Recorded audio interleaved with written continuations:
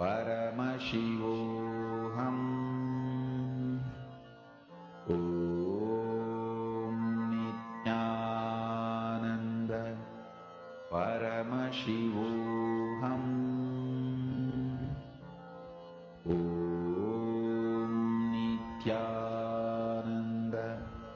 Paramashivoham Om Nityananda Paramashivoham Om Nityananda Paramashivoham Om Nityananda Paramashivoham Om Nityananda Paramashivoham Om Nityananda Paramashivoham Om Nityananda Paramashivoham.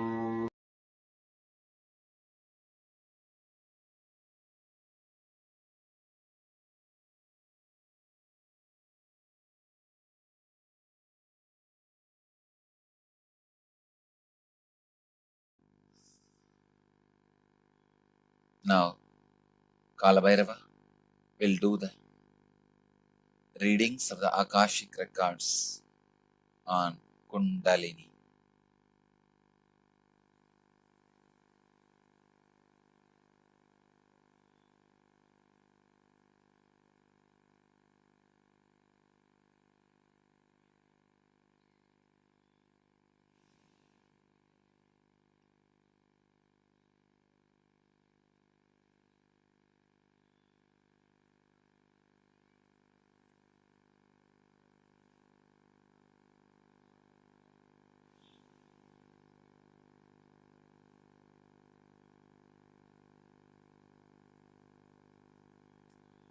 Kundalini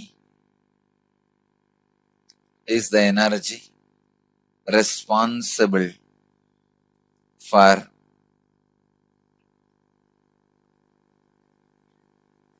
the base material of the cosmos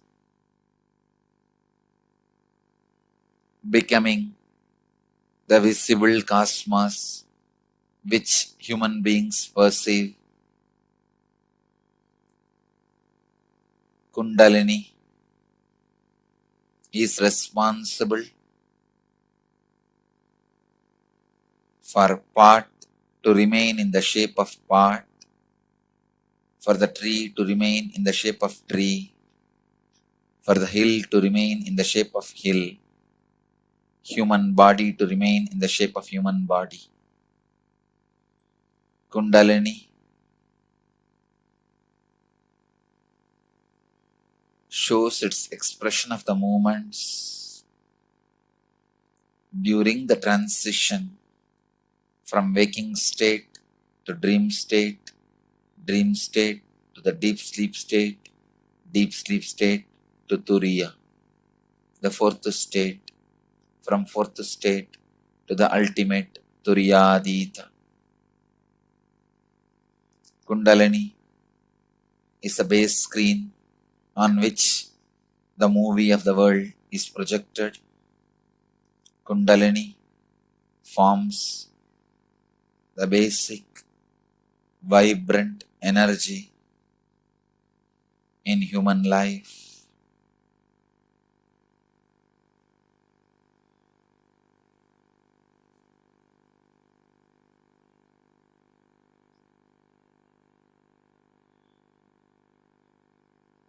Kundalini means coiled energy, the inner potential energy,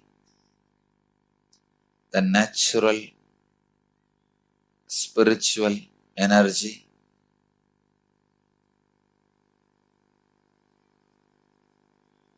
If the Kundalini is awakened, moved in the right direction, it leads the individual to the highest possibility of enlightenment. If it is unused, remains dormant, it keeps human beings in the continuous unconsciousness and unawareness.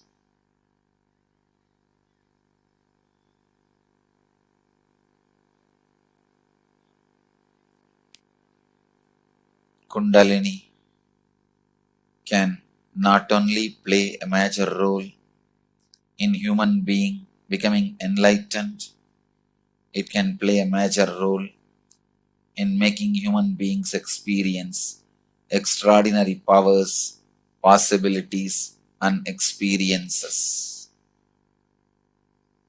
With Kundalini, human being can achieve everything possible in the cosmos.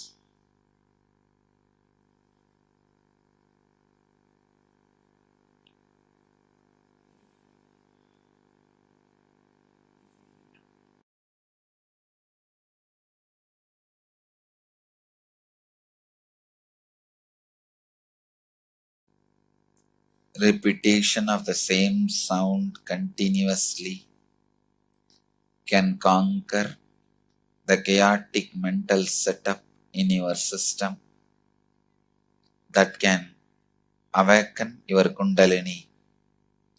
If you can remain centered on restful awareness while you move from waking to dream, dream to deep sleep states, and deep sleep to waking states, Kundalini awakens by its very natural, spontaneous awakening process.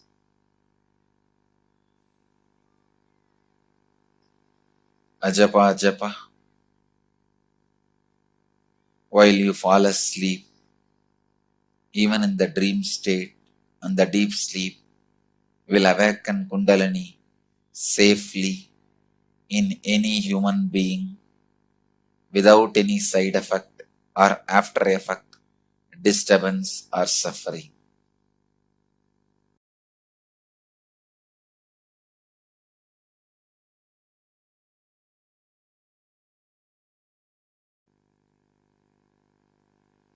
Kundalini awakening can be caused by so many reasons. Ajapa japa, unclutching, intense action, just the look of the master, or initiation from the being whose Kundalini is fully awakened, are different causes for ordinary persons to experience Kundalini awakening. There are so many more reasons. Even the pure desire or the pure fear can awaken the Kundalini, can awaken Kundalini energy.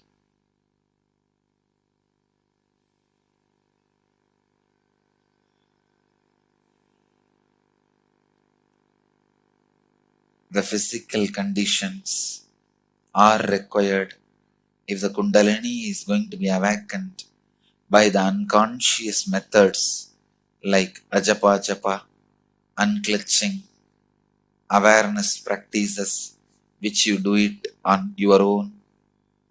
If the Kundalini is going to be awakened by the living master whose Kundalini is fully awakened, there is no precondition for your physical conditions.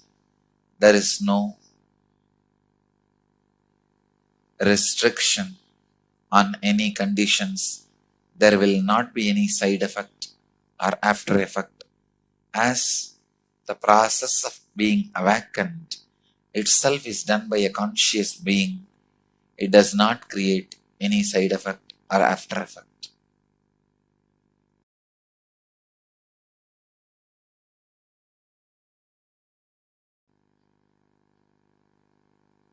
The self in the higher sense is above Kundalini.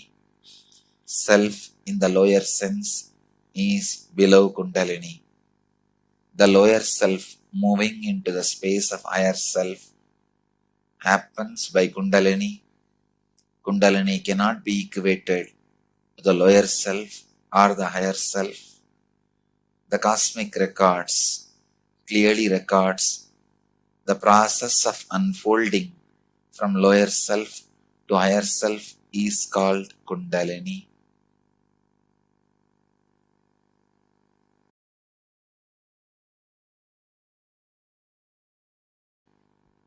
It never reaches the brain physically. Chakras, energy centers, are only metaphysical spots connected to the physical plane because the experiences of those centers are strongly felt in the physical plane in those physical places. Agnya chakra is not between the eyebrows. Sahasrara is not on the crown of your head. When the Sahasrara is awakened, the strong vibration and experience is felt in the crown. Because of that, it is associated with the crown.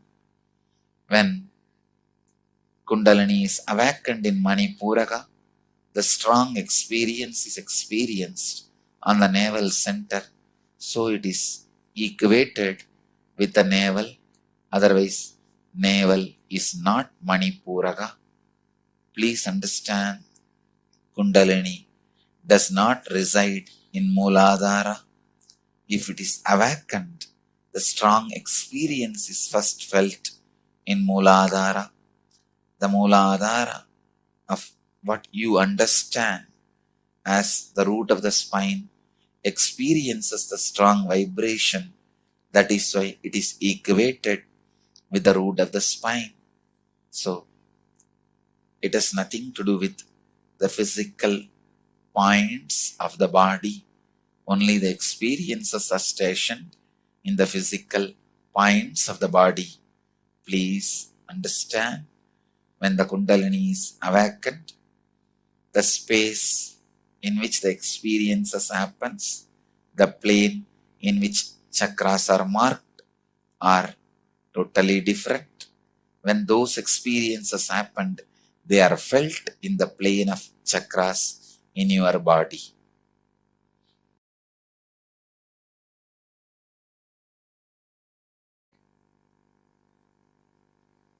Every great spiritual truth becomes part and parcel of your inner being. Your cognizance gets centered on the great spiritual truths when your Kundalini is awakened. Awakening of the Kundalini directly transforms the words from the masters into your experiences. You will see, whenever your Kundalini is awakened, you don't need to struggle, work to make the words of the masters into reality. The words directly leads you to the wordlessness, the spiritual enlightenment.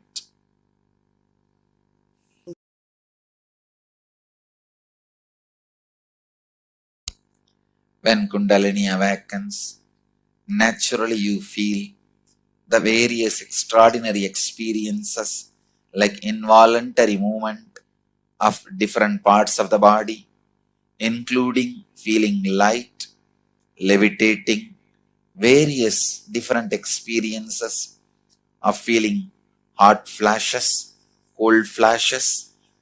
You can never be without having any experience when the Kundalini awakens. Even if you try to forget, push them, suppress them inside you, the strong experiences of Kundalini expresses itself in some way. It makes you understand its awakening, at least psychologically, physically, or psychologically, physiologically, in some form, the awakening is experienced.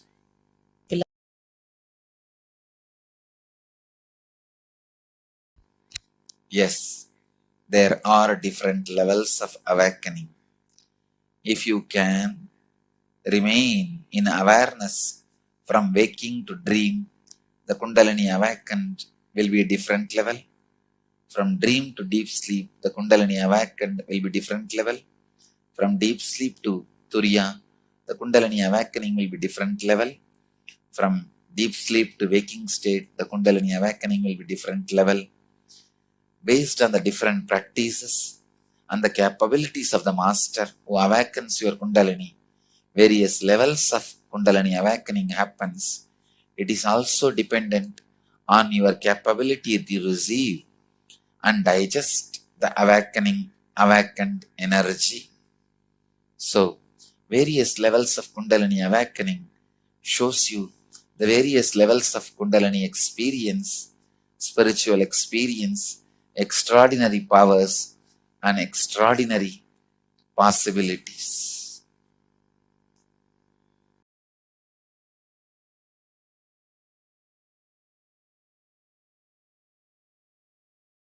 All the words you use like explosion, awakening, igniting, all of them are meaningless. All spiritual traditions, masters, practices, techniques in all levels are aimed only at working on Kundalini. You can use any word, none of them have meaning when really Kundalini awakens.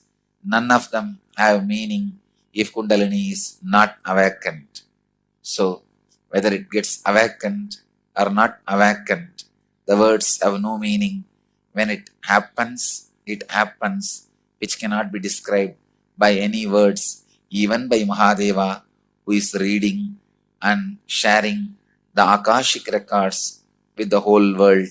Even Kalabhairava has no words to describe the process of Kundalini, the happening of Kundalini.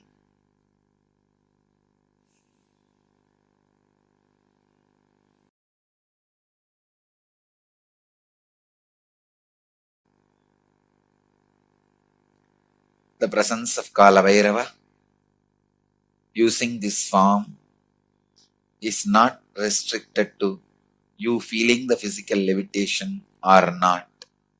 Your physical levitation can be caused even by the strong feeling connection and the remembrance of Kalabhairava, and the body is using now to express.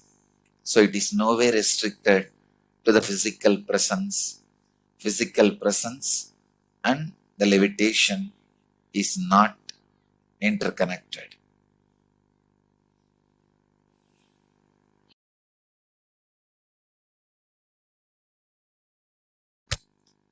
The next stage will be perception of the extraordinary powers and extraordinary experiences.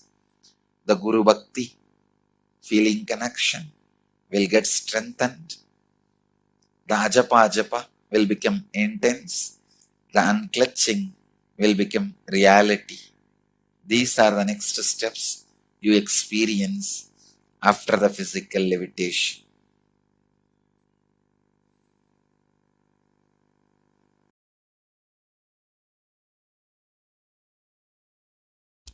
Everything which has life has their own Kundalini, from stone to tree to the living beings. Planet Earth is a living being. Bhuma Devi, she has her own Kundalini, and 2012, this year end, the Kundalini of the Bhuma Devi is going to be awakened. That is what is going to reduce the number of thoughts for all the living beings on the planet Earth. There is not going to be any negative experience or the chaos or any other impact on the planet Earth. It is going to be pure positive energy.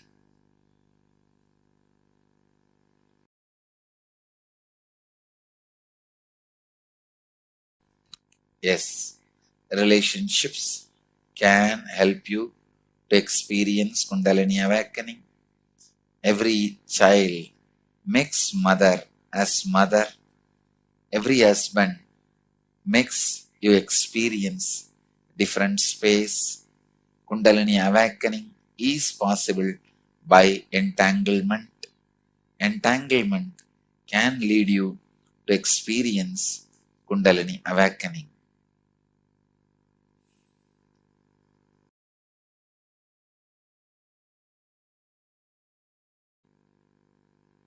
There is no such thing as materialistic world or the spiritual world. As you understand, world is one. Kundalini awakening will be useful in every level, every plane, every space.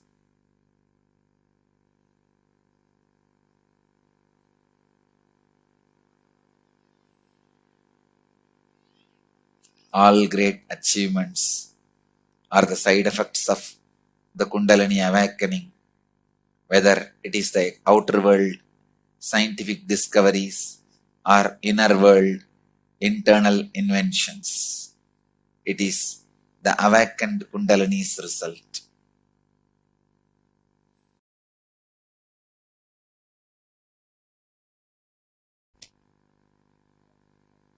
The possibility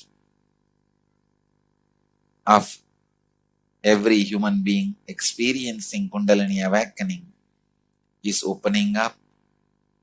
It is not going to be slight. It is going to be a strong, powerful, positive, wild awakening in every human being.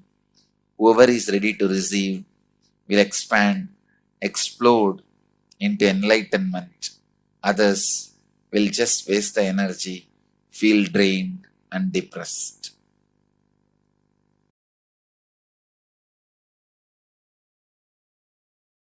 When that energy awakens, it gives you so much of joy, confidence, intelligence, courage, life into your system.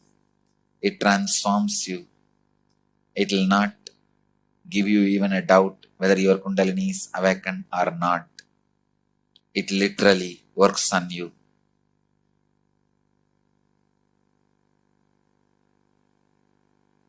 You know, without any doubt, your Kundalini is becoming active.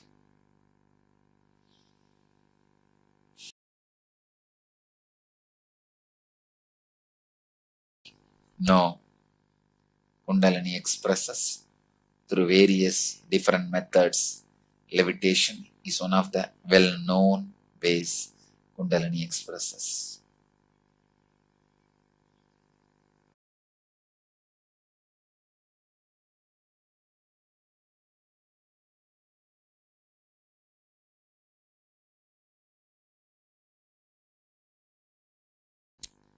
Kundalini awakening is just the beginning of the journey of enlightenment towards a self-realization.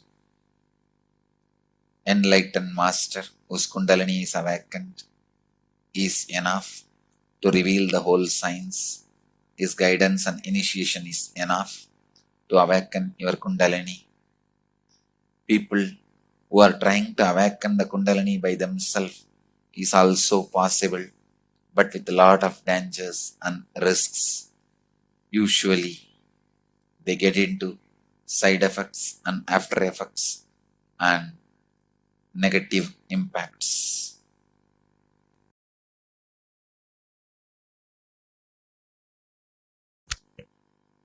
What you are feeling is awakening of Kundalini, the beginning of the Kundalini experience. When a Kundalini experience starts, it should be nourished, cherished, encouraged, entertained through the proper meditations and feeling connection. You should not mix with the negative people who talk negative things and who discourage you. In the initial level, it can be destroyed once for all by negative people. So do not allow to be surrounded by negative people and words. Encourage it. It will become enlightenment. satsanga is required in the initial level when your Kundalini is beginning to awaken.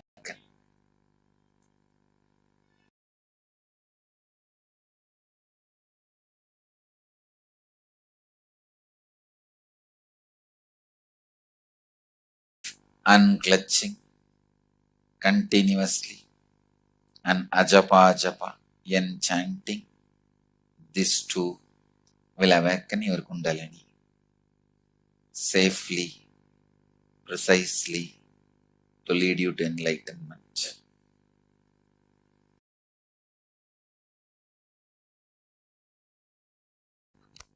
Individual sadhana as a danger, a side effect, or after effects, the Master's presence does not have any negative side effect or after effect. Along with the Master's presence, if the individual sadhana is practiced, the awakened energy settles down in your system, becomes the permanent transformation.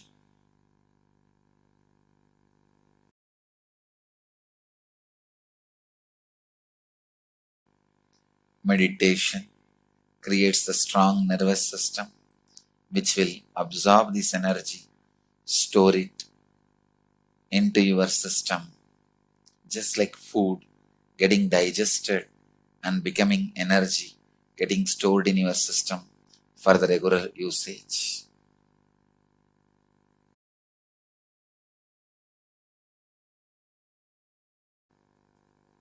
Already medical science has started having breakthrough.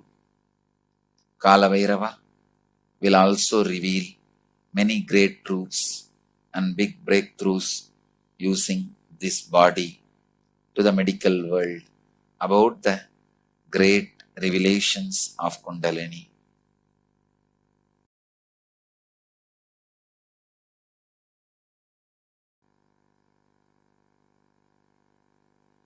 The process which happens in you when you move from waking to dream, dream to deep sleep to waking, if the same process is done consciously, retaining your awareness, that is Kundalini awakening, that will be the physiological process of Kundalini awakening.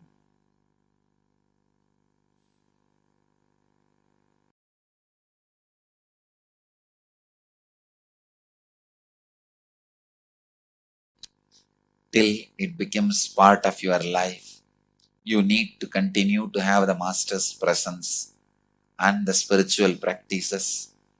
Else, there is a possibility it can fall asleep again. For any average normal human being, at least 1 year, you need to continuously work with the Master's presence and your individual sadhana to establish yourself on the Kundalini awakening so that it never falls asleep again.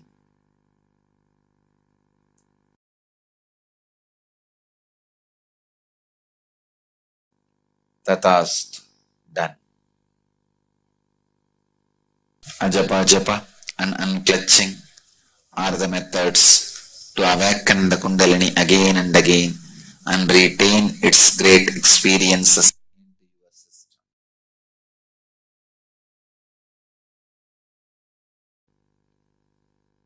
There are some locations where many masters whose Kundalini is awakened have left the body. Those locations do really play a major role in awakening and maintaining your Kundalini energy. These places are only called as kshetras.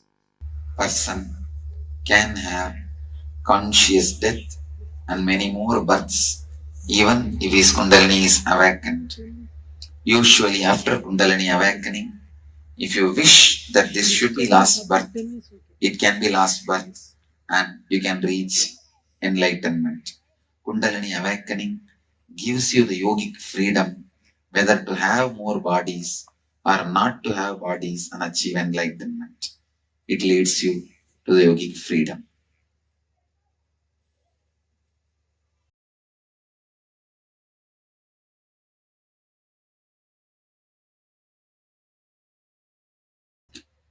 Yes, it is Kundalini energy. Sometimes the words, sometimes the forms, sometimes the leelas of the Master awakens. Word, form and actions. All three awakens Kundalini energy. What you are experiencing is pure Kundalini awakening.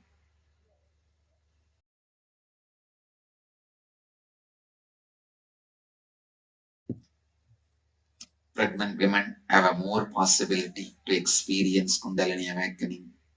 When our Kundalini is awakened, a beautiful, spiritually fulfilled biomemory body is created in which easily an enlightened being can enter and express enlightenment to the planet Earth.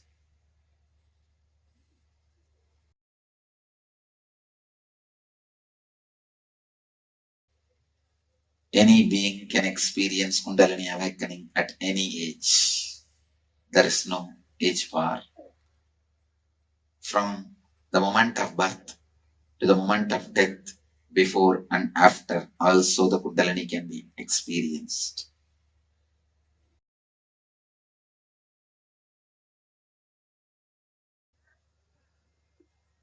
Guru Mantra is programmed for Kundalini awakening by the energy which is radiating through this body. If you are initiated or having feeling connection with the body which is now being used for these readings, Guru Mantra is best for you to do Ajapa and achieve Kundalini awakening.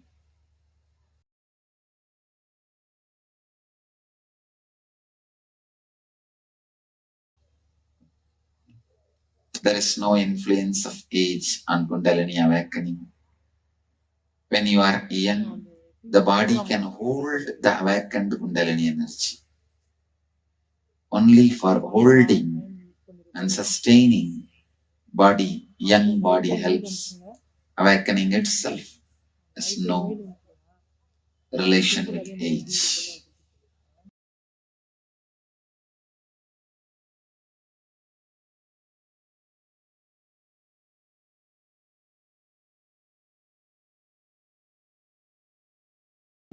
Surrendering to the Master or the God or incarnation awakens your Kundalini.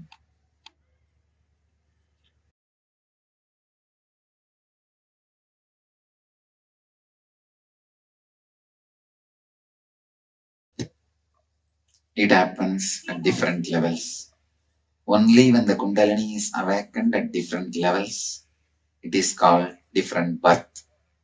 If the Kundalini is not awakened at different levels, even if you change the body, waste of time, waste of life.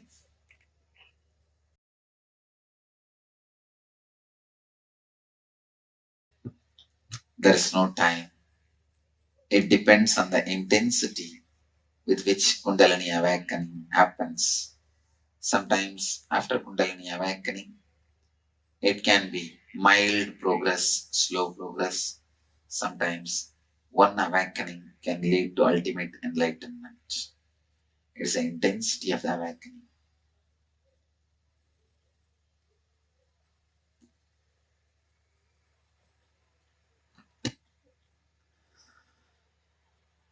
Sit straight.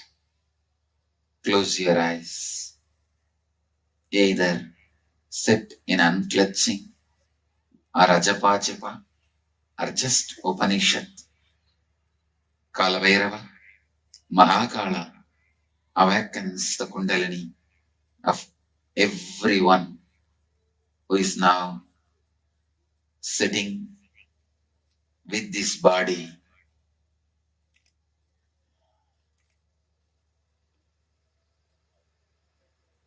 Whoever is seeing this body, let everyone's Kundalini is awakened.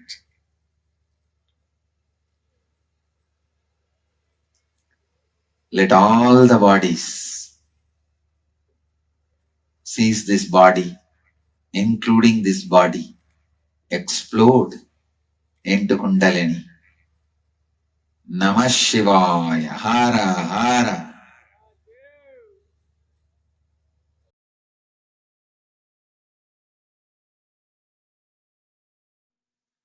I'll now intensely initiate all of you and infuse Paramashiva Shakti, the Devi energy,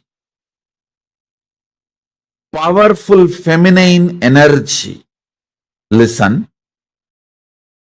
Listen to this 5 initiation. 1. Life is all about Shakti, power, energy.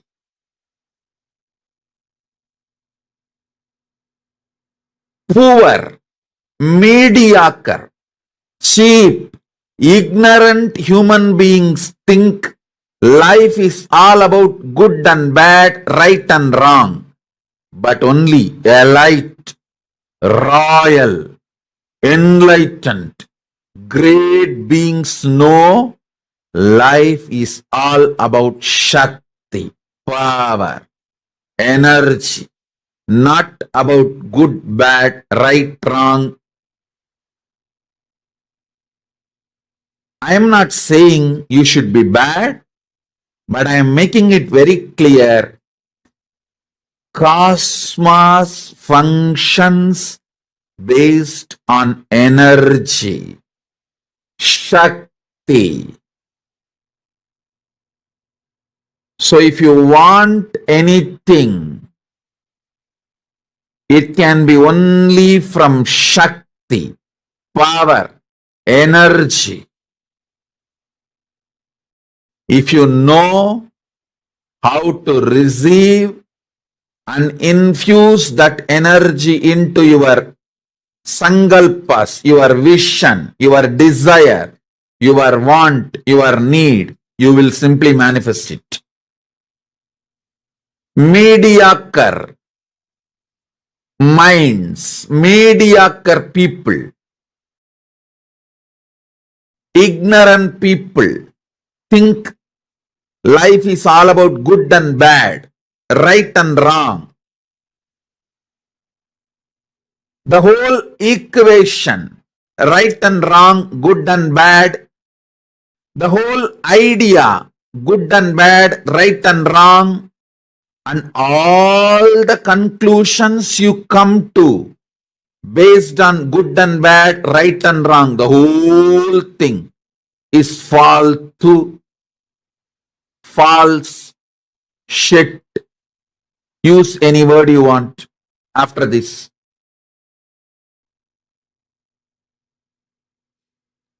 You can use all these words, phaleṣhu, false, phaleṣhu, shit, whatever words you want. Be very clear. Life is all about Shakti or no Shakti, not good or bad. Neither you get something because you are good, nor you lose something you are bad. What you want, you achieve when you manifest Shakti. You lose when you don't manifest Shakti. Understand, I am giving you the royal principle of cosmos, royal principle of life.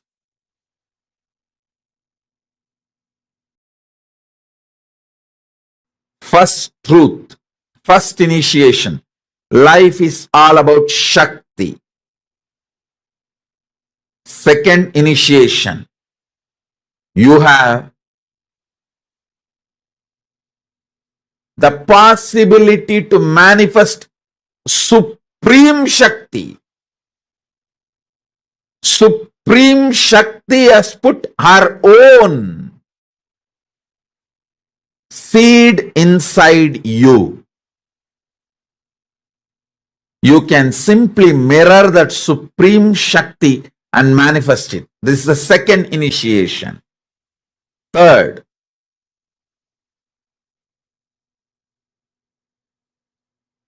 when that Supreme Shakti manifests, your values of good and bad, right and wrong will have cosmic maturity. Listen. Cosmic maturity will be infused into your good and bad, right and wrong. You may think giving a piece of burger to a poor man is good, but cosmically killing an animal and taking the meat out of that animal for food is wrong. So what you think as good cosmically will be wrong.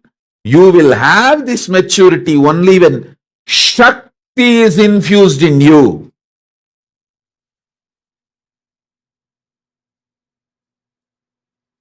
An animal whose system cannot digest vegan food, if he or she takes, like a lion, eats the flesh of the another animal, it is not sin. But the body which can digest vegan food, if you have that body and still you are killing some other animal for the flesh for you to eat, it's wrong. You may think giving a burger is a great good deed. No. Cosmically it is wrong. Your good and bad will have maturity only when Shakti is infused in your system. So understand, life is all about Shakti, energy, power, not about good, bad, right, wrong, as you understand. So when you infuse energy in you, you will have the matured, cosmically matured, good, bad, right, wrong, clarity, knowledge, buddhi, intelligence. Fourth initiation. This cosmic power, Shakti, is a mother from which you are flowering. So she is easily available the moment you ask her to manifest in you. So call her, tell her, these are all the things I want. Please start manifesting you in me. That's all. This is the fourth initiation. Fifth, with the grace of Paramashiva and Paramashiva Shakti, now Paramashiva Shakti will be manifesting. Type whatever prayer you want to ask from Paramashiva Shakti. Whatever you want to talk to her, you can type as a direct message. Now Paramashiva Shakti, with the grace of Paramashiva and Paramashiva Shakti,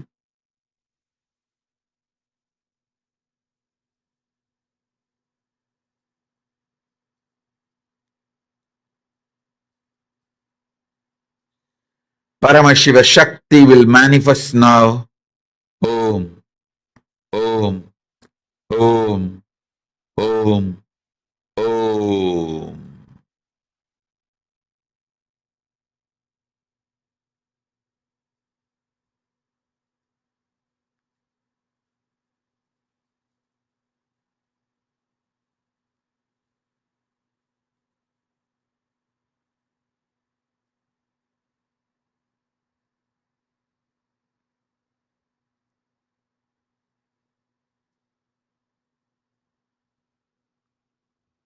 Om, Om, Om, Om, Hreem,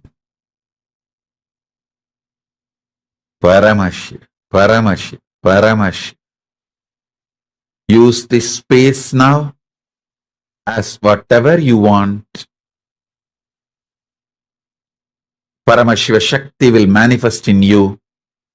Infuse her energy and presence in your prayers and sankalpas and thoughts and being. Om Paramashiva Shakti. Om, Om, Om.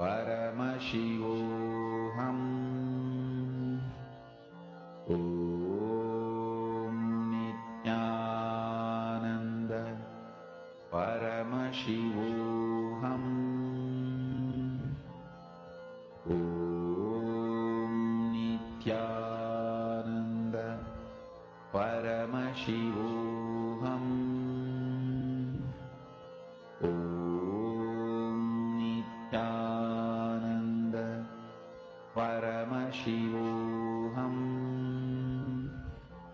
Om Nityananda Paramashivoham Om Nityananda Paramashivoham Om Nityananda Paramashivoham Om Nityananda Paramashivoham Om Nityananda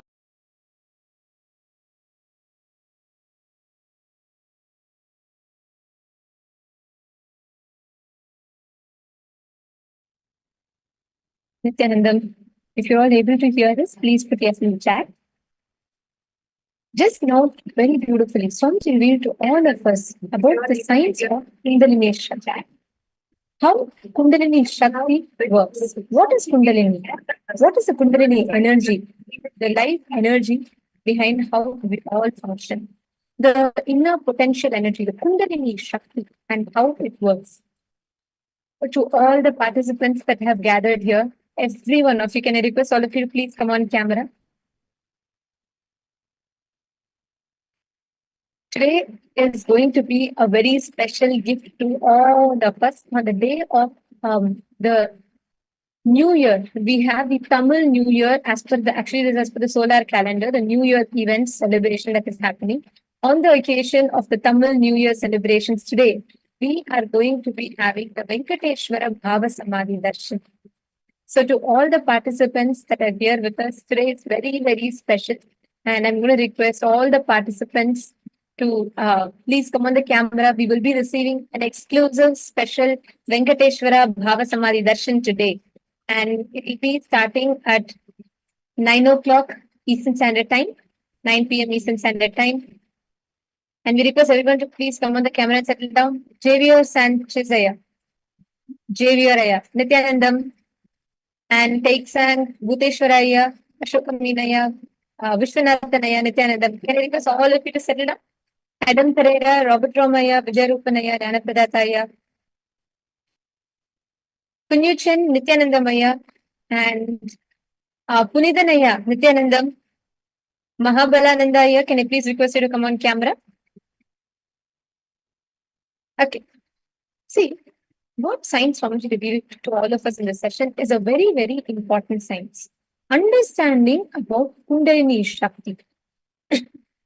It is this Kundalini Shakti that governs your ability to harness the energy, the inner potential energy within you, and enable you to manifest what you want as reality. It is like how for a phone to function, you need the battery power. Same way, for the inner potential energy for your body and your being to function, you need the Kundalini Shakti, the inner potential energy within you. Are you catching it? Nityanandam, KAILASA, Toronto.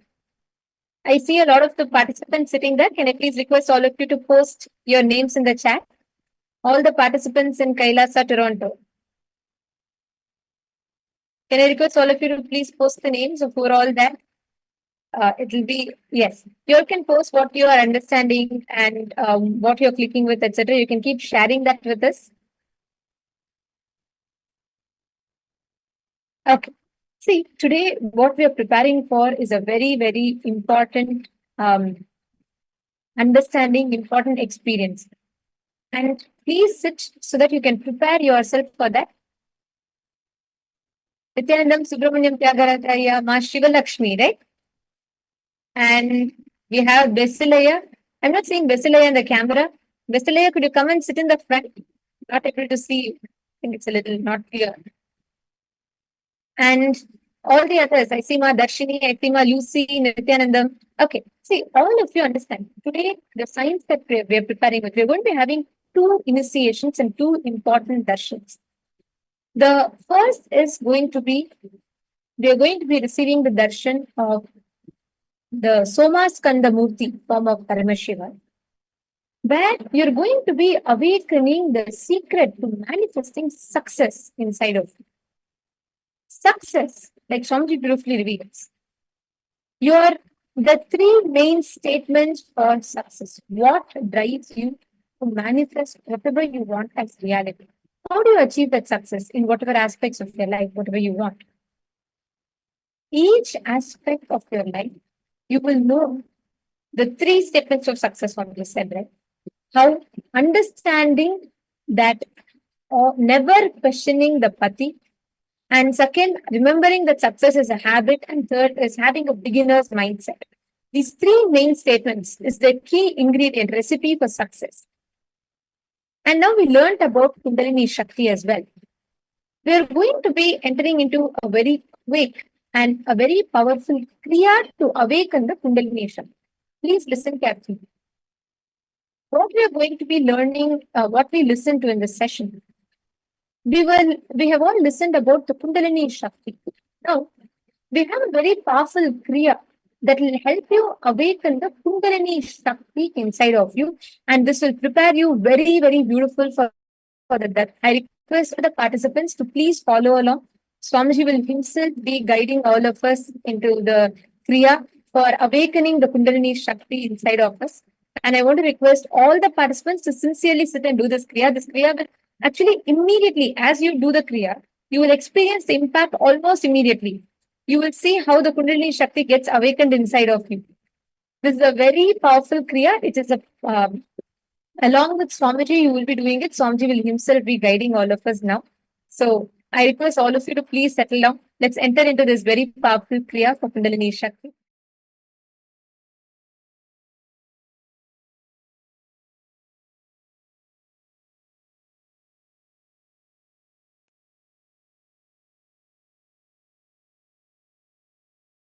Let me enter into Kriya now.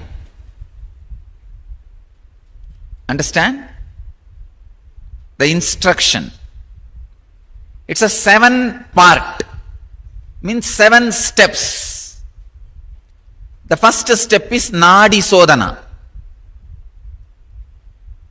Inhaling through one nostril, blocking it, and exhaling through the other nostril. And inhaling, exhaling. Just inhaling and exhaling. Once if you inhale and exhale, and inhale and exhale, means, let me define very clearly. For example, use the right thumb to close the right nostril.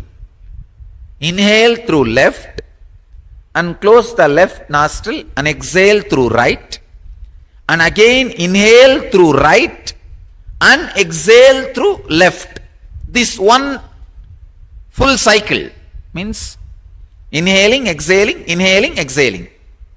This is called one cycle. Like this 11 cycle, there are some misunderstanding. Once if you inhale and exhale, some people consider that as a one cycle. Now I wanted to change, update.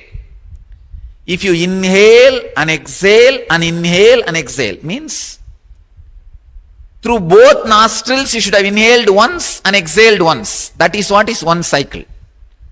Like this, do 11 cycle. First, Nadi Sodhana. Second step, please understand. Second step is Bastrika. Pulling your lower abdomen in and up.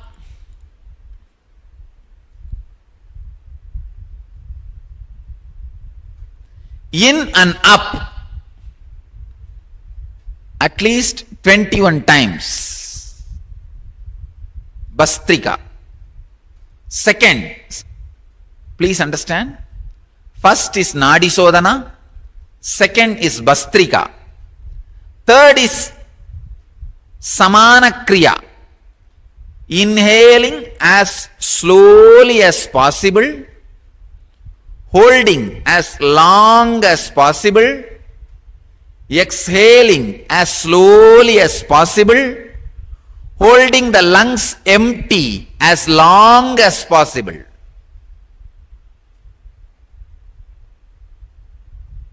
Understand? Inhaling as slowly as possible, holding as long as possible, exhaling as slowly as possible, holding the lungs empty as long as possible. Doing this 21 times. This is Samana Kriya. Fourth step, get into the Sambhavi Mudra. Some books are saying this as a Sanmukhi Mudra. Don't bother about the name.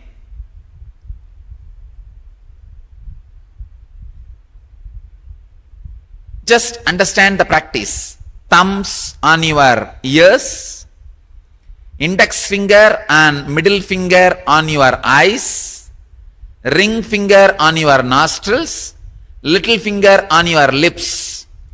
Just shut all the five senses suddenly, including breathing. Please understand, if you already have high blood pressure, any other heart conditions or disorders or diseases or lungs problems or any other serious illnesses, don't do this Kriya. Don't do N Kriya, just sit and meditate silently without doing the Kriya. Just sit silently. Others, please do it sincerely. Shut all the five senses. Intensely the Kundalini will be awakened from inside. Do this 21 times. When you shut, hold as long as you can. Only when you feel you are almost going to faint, allow the breathing. Only open your nostrils. Allow the breathing balancing. Let it inhale or exhale and balance itself. Allow the breathing.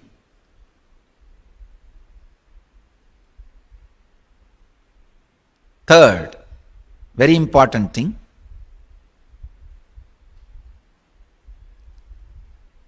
Please understand. First, shut. Second, allow the breathing.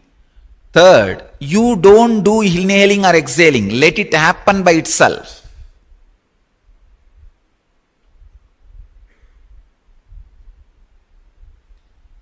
This is the fourth part, the main Kriya. Fifth part is sit and intensely hum for 7 minutes. Hum intensely for 7 minutes. As intensely as possible for 7 minutes. And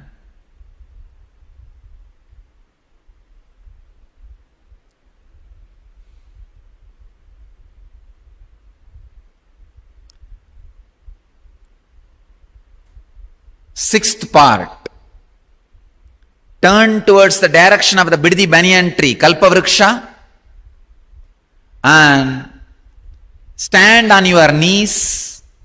Feel intensely connected to Master's energy and fill yourself by raising the hand towards the sky. When you are full, overflowing, surrender to the earth, offer the whole. Empty yourself. Receive and empty, receive and empty, receive and empty, at least 7 times. So that you become pure channel. All your 7 energy centers, chakras are cleaned. You become pure energy channel. And the 7th part is just sit, strongly feel connected to the Master, send a strong, positive, loving, peaceful, blissful vibration to the whole cosmos. Bless the whole world. Let everything be auspicious in your life and the whole cosmos. Support life.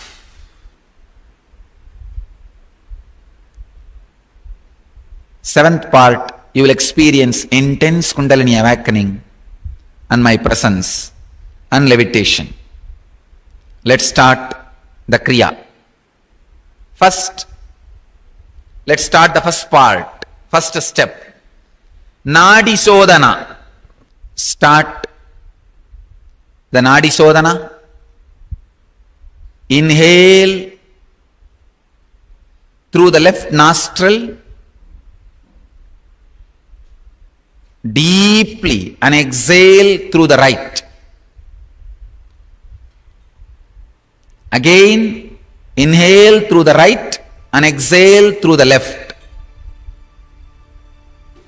Do this cycle at least 11 times.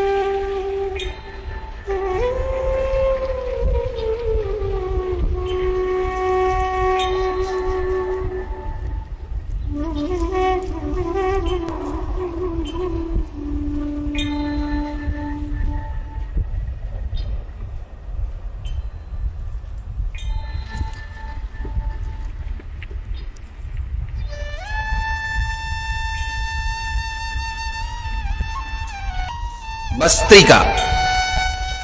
Pull your lower abdomen in and up, not the shoulders, just the lower abdomen, in and up at least 21 times.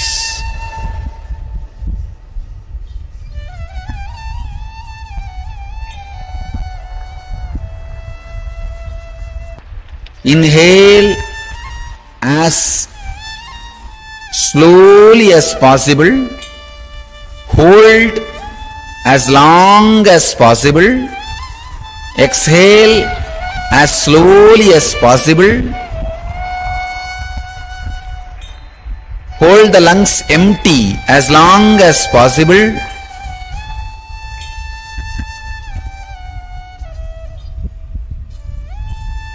Do the same 21 times.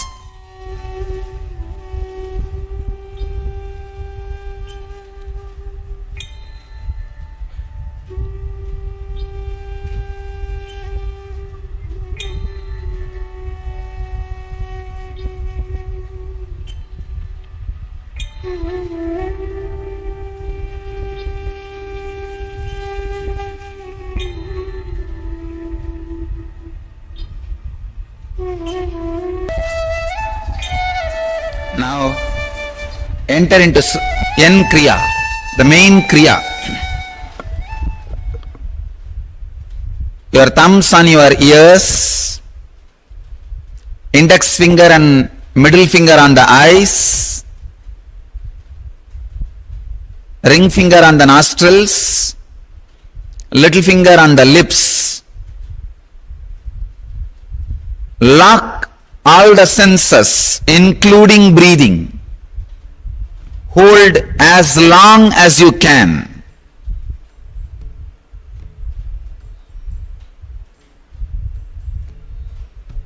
Let all the people who are waiting for Vibhuti experience intense Kundalini awakening.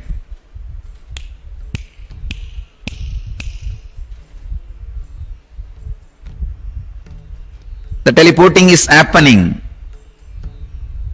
The Vibhuti is happening in your hand.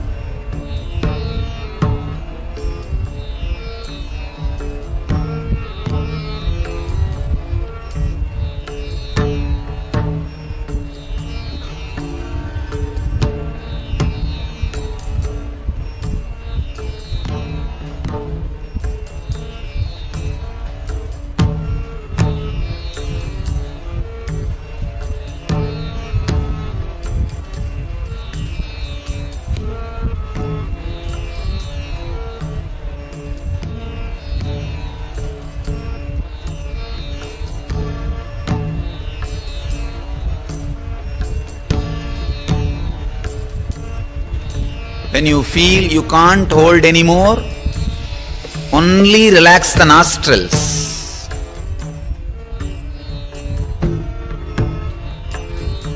Allow the breathing to balance itself. Then again close it.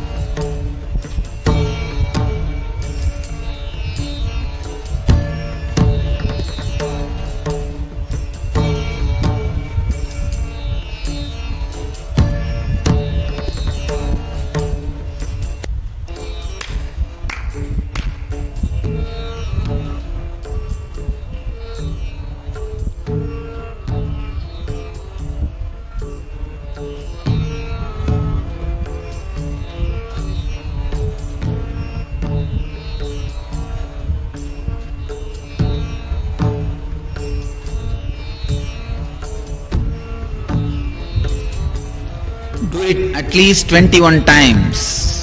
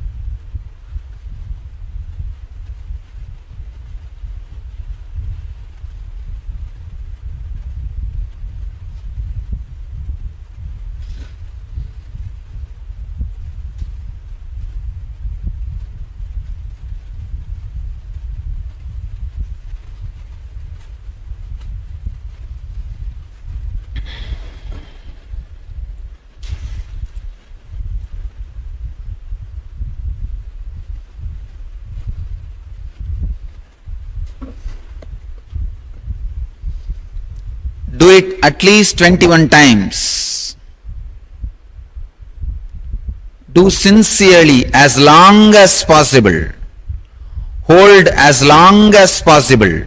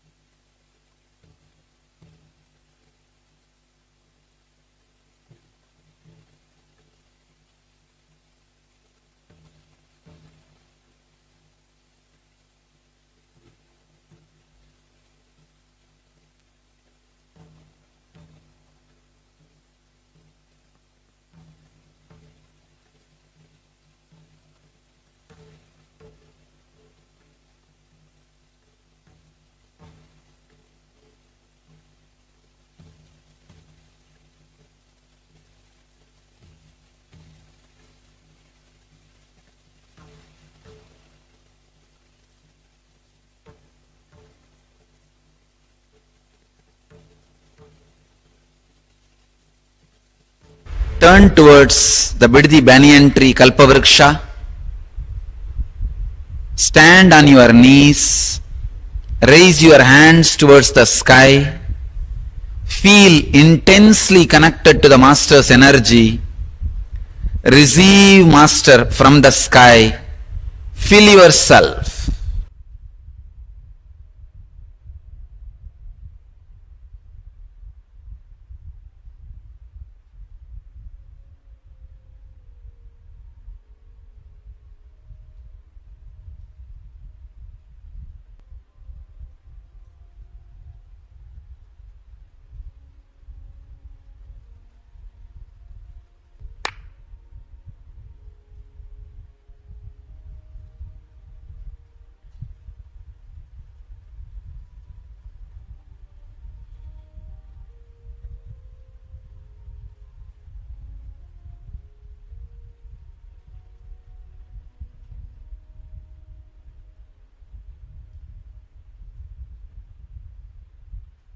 Strong, loving, blissful vibrations to the whole cosmos. Close your eyes.